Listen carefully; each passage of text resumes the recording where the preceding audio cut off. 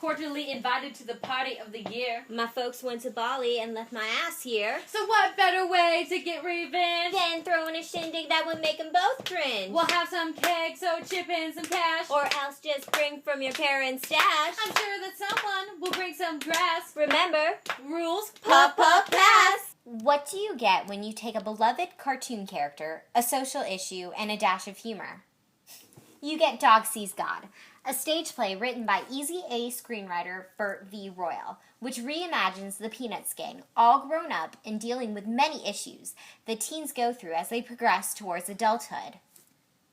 Bullying for many young kids and teenagers today is a huge part of life. Through verbal, physical, and sexual abuse, bullying has gone beyond simple schoolyard beatings to cyberbullying via Facebook and texts. For the actor playing Beethoven, Nick Reed, who plays a victim of bullying, the issue is not to be taken lightly. I want people to understand that bullying is a lot more serious than it actually is portrayed, because bullying sounds like something that kids do, when in reality it is a form of abuse and assault. And if we actually called it that, the problem would probably be solved a lot sooner. Sadly, not all issues can be resolved with 5 cents at a psychology booth anymore. In addition to portraying the victims of bullying, the play also addresses the matter of the bystander effect, which is often overlooked. I haven't been in a bathroom on campus since the time my head got slammed into the wall. I believe that you were there. I didn't do that. Well, you didn't stop it either. And you know what I'm sick of hearing? On you because of their own insecurities. The classic guidance counselor line. Well, thanks, Mrs. Blank. Since you put it that way, my head doesn't hurt quite so much anymore. Actor Josh Bailey, who plays CB, explains the problem with the bystander effect.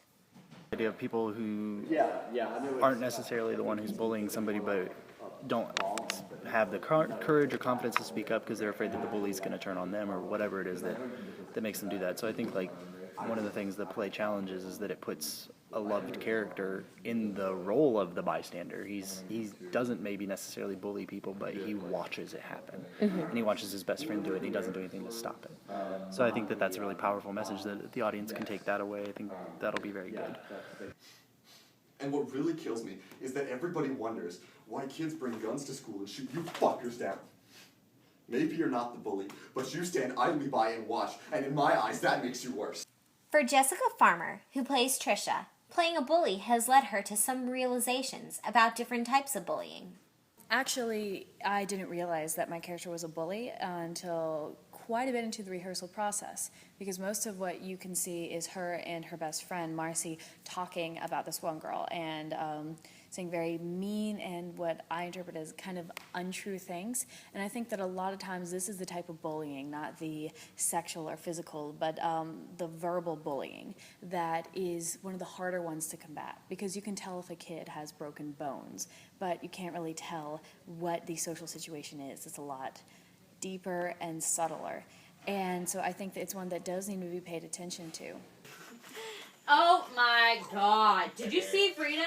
Naturally curly hair, my naturally skinny ass. She's such a wannabe. Anna never will be. I hate her. I love you! I think what's really interesting about this show is that everybody in it pretty much is younger. I think the oldest person we have is 28. And so for the actors, this world of high school and of bullying and of socializing and all of its problems therein, this is still real to us. We still understand it. We can still remember it. And bullying in all its forms has existed for a while, yeah, but in this age of technology, it can rear its head in a lot of ugly ways. I think we've seen through internet-assisted suicides and bullying that ends up like that. And I think that what people can take away from this is that it's a very real problem, and it rears its head in many different ways, not just bullying of people that have different sexual orientations, but also of people for their weight, how they look. It can come in a form of sexual, verbal, physical harassment. But in the end, it's up to no amount of PSAs can really change it. There's a really great line in which our main character, that is the victim of bullying, he says something along the lines of, the classic guidance counselor line. They only do it because they're jealous of you. And while many adults do try to help, in the end, it's something that has to come from within. Despite the ingrained social themes, no one wants this production to become a PSA against bullying. Director Steve Coley and producer Richard Davis chose the play while keeping in mind the timeliness of the anti-bullying movement, hoping to make a statement through what Davis calls the most powerful medium of theater. Dog Sees God opens at the Browncoat Pub and Theater in downtown Wilmington on Friday, August 16th. Beth Rayner, who plays CB's sister, feels that despite the strong social themes, the play will engage the audience.